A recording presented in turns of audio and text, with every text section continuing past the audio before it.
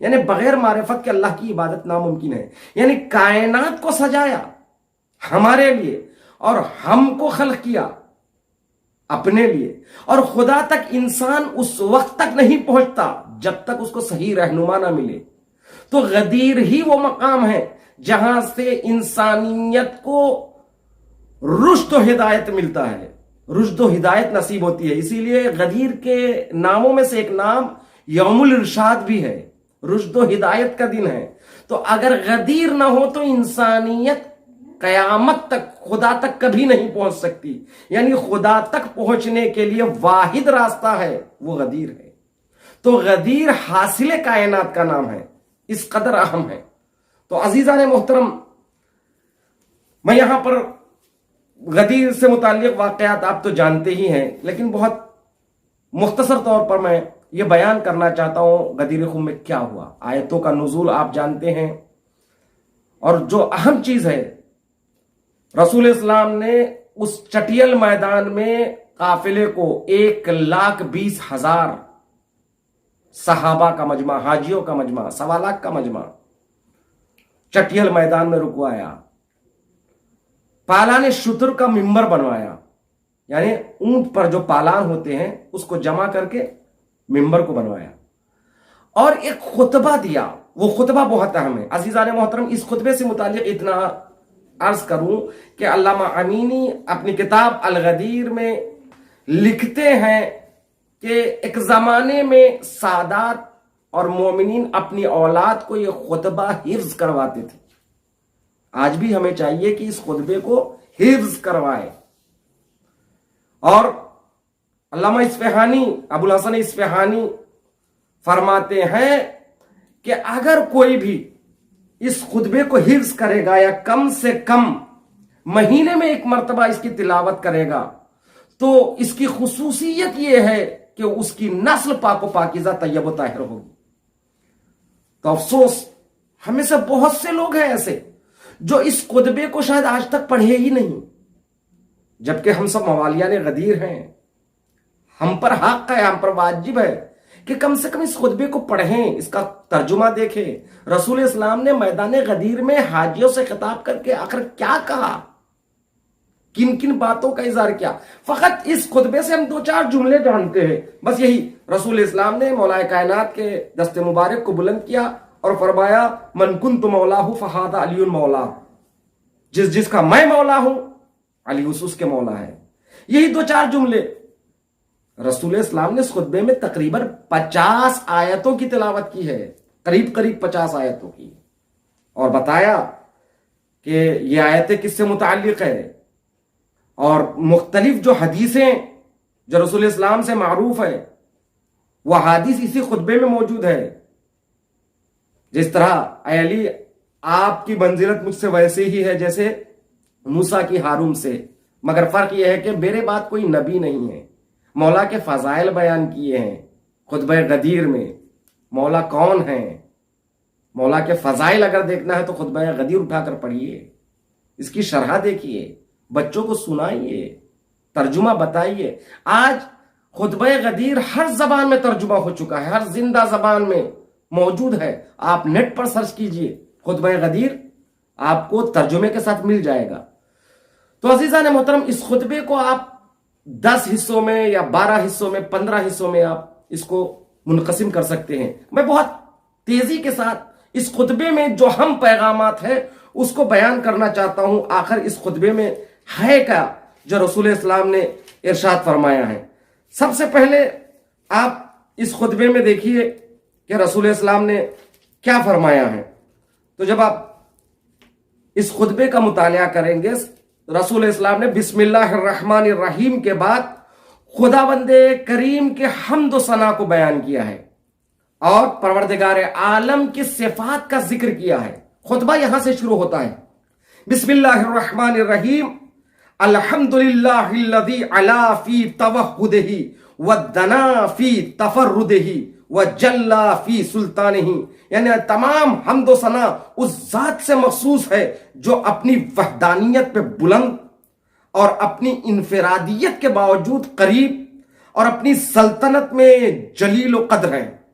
یہاں سے اس خطبے کا آغاز ہوتا ہے، توحید کا بیان، اس کے بعد صفات الہی کا بیان، پھر اس کے بعد رسول اسلام گواہی دیتے ہیں اس کے حضور اپنی عبودیت کا، پھر اس کے بعد خطبہ اس مرحلے پر پہنچتا ہے، اپنی ہدف کے طرف آتا ہے کہ اس کے بعد رسول اسلام مسلمانوں سے خطاب کر کے مولا کائنات کی ولایت و امامت سے متعلق گفتگو کرتے ہیں۔ فرماتے ہیں کہ پروردگار عالم نے جبرائیل کے ذریعے مجھ تک یہ حکم پہنچایا کہ میں اس اہم پیغام کو تم تک پہنچا دوں۔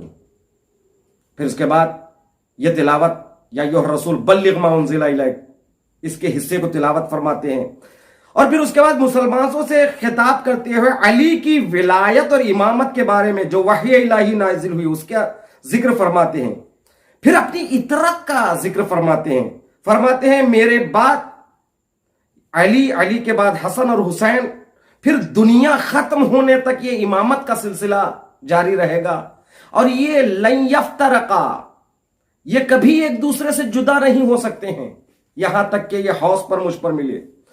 پھر اس کے بعد صلب مولا میں جو امامت کا سلسلہ جاری رہے گا وہ اس کے متعلق فرماتے ہیں جو بھی اس کو تسلیم نہیں کرے گا، جو بھی اس کا مخالف ہوگا، منکر ہوگا، مخالفت کرے گا، اس کے تمام اعمال بیکار ہو جائیں گے اور اس کا ٹھکانہ سوائے جہنم کے کچھ نہیں ہے۔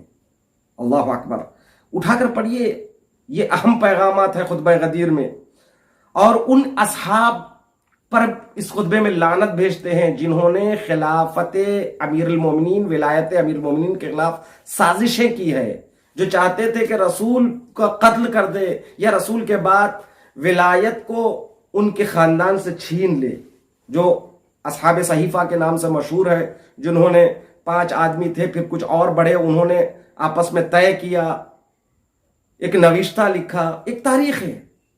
تو ان لوگوں پر لعنت پڑی ہے رسول اسلام نے، اور بتایا کہ ان کا ٹھکانہ جہنم ہے۔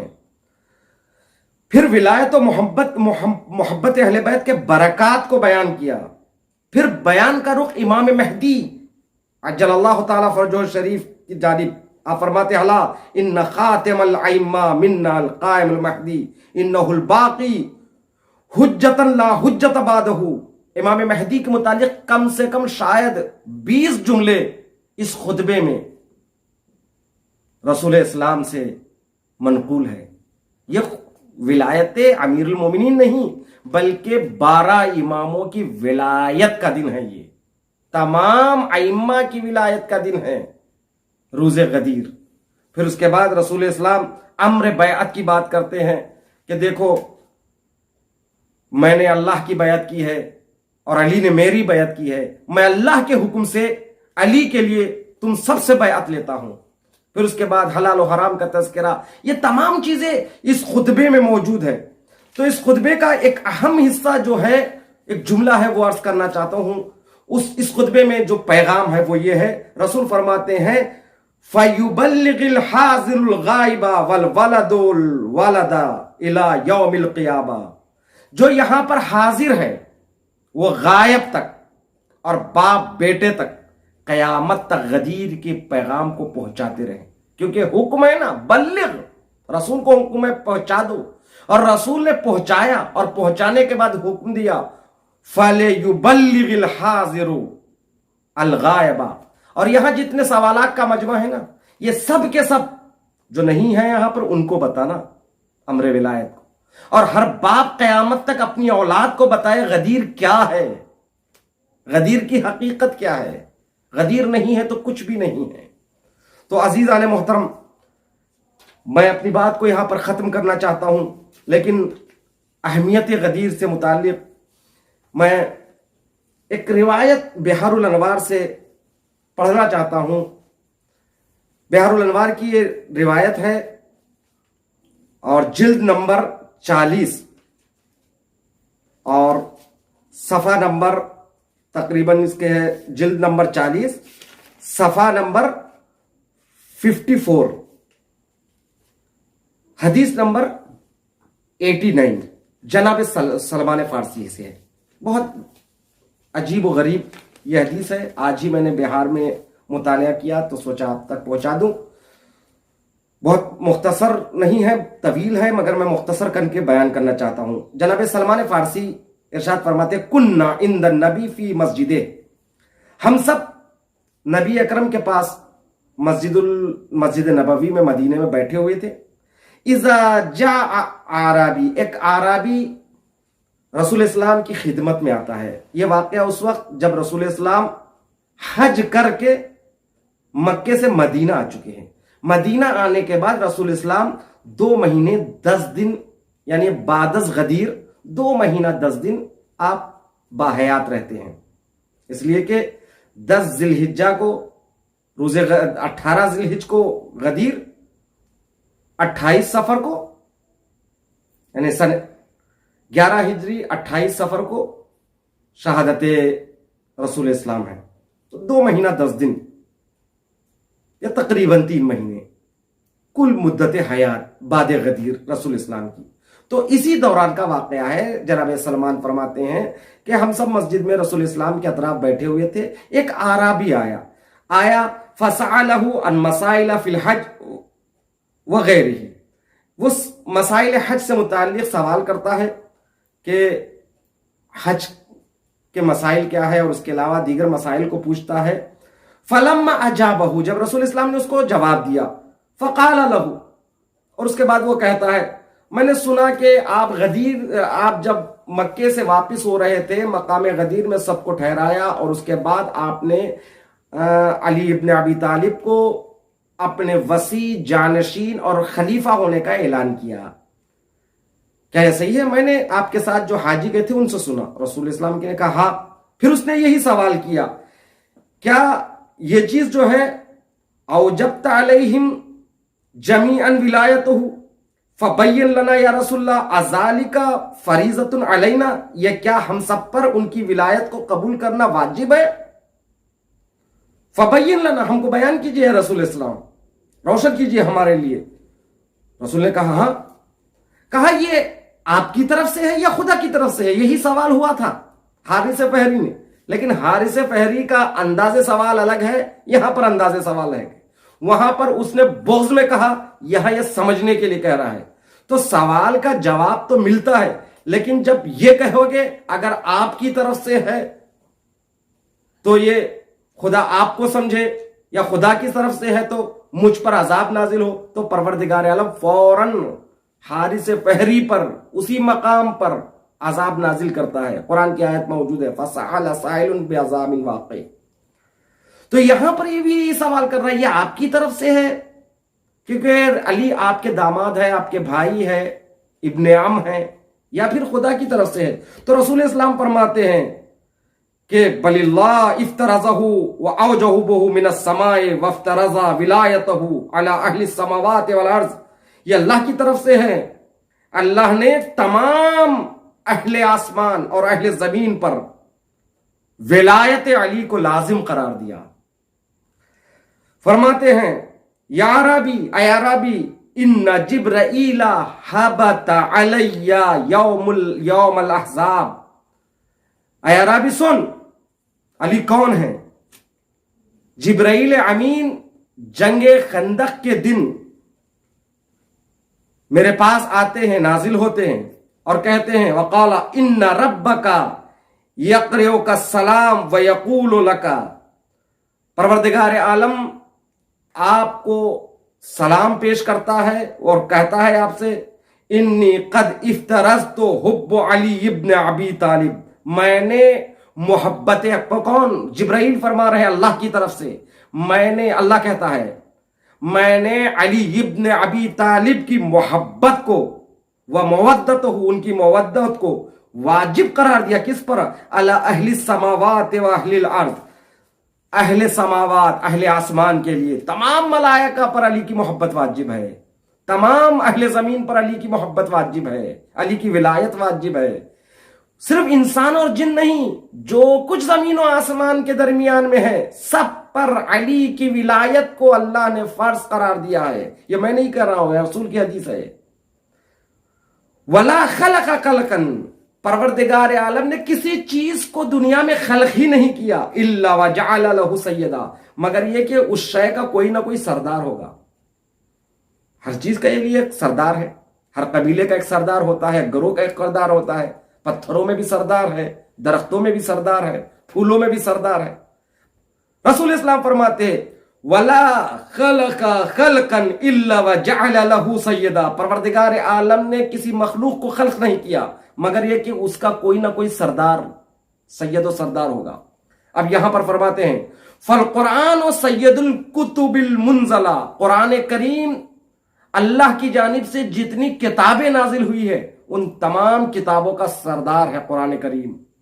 وَشَهْرُ رَمَضَانَ سَيِّدُ الشُّهُورِ, سال کے 12 مہینے ہیں اور ماہ رمضان سید الشہور ہے, 12 مہینوں میں یہ سردار ہے. وَلَيْلَةُ الْقَدْرِ سَيَّدَةُ اللَّيَالِي, اور شب قدر جسے قرآن نے کہا خیر من الف شہر, یعنی خیر من الف شہر یعنی 1000 مہینوں سے بہتر یہ رات ہے, تو اس رات کو تمام راتوں کا سردار قرار دیا. والفردوس سید الجنان, فردوس جنت میں ایک خاص مقام ہے جو جنت کے جتنے جنت میں باغات ہیں ان تمام باغات کا سردار ہے فردوس. وبیت اللہ الحرام سید البقاع, تمام گھروں کا سردار بیت اللہ ہے, خانہ کعبہ ہے. وجبرائیل سید الملائکہ, بے حساب ملائکہ موجود ہے لیکن ان تمام ملائکہ پر اگر کوئی سردار ہے تو جبرائیل ہے. آگے رسول فرماتے ہیں وَأَنَا سَيَّدُ الْأَنْبِيَاءِ, میں انبیاء کا تمام 1,24,000 نبیوں پر میں سید و سردار ہوں. وَعَلِي سَيَّدُ الْأَوْصِيَاءِ, علی تمام اوصیاء پر یعنی ہر نبی کا وصی رہا ہے, تمام اوصیاء کا سردار علی ابن ابی طالب علیہ السلام ہے. وَالْحَسَنُ وَالْحُسَيْنُ سَيَّدَ شَبَابِ اہل الجنہ, اور امام حسن اور امام حسین جنت کے جوانوں کے سردار ہے. آگے فرماتے وَلِكُلِّ امْرِئٍ مِّنْ عَمَلِهِ سَيِّدٌ وَحُبِّي وَحُبُّ عَلِيِّ ابْنِ أَبِي طَالِبٍ سَيِّدُ الْأَعْمَالِ, فرماتے ہیں ہر عمل کا سردار ہے اور تمام اعمال کا سردار جو ہے میری محبت, کون خدا کہتا میری محبت اور علی ابن ابی طالب کی محبت, یعنی محبت علی سردار اعمال ہے.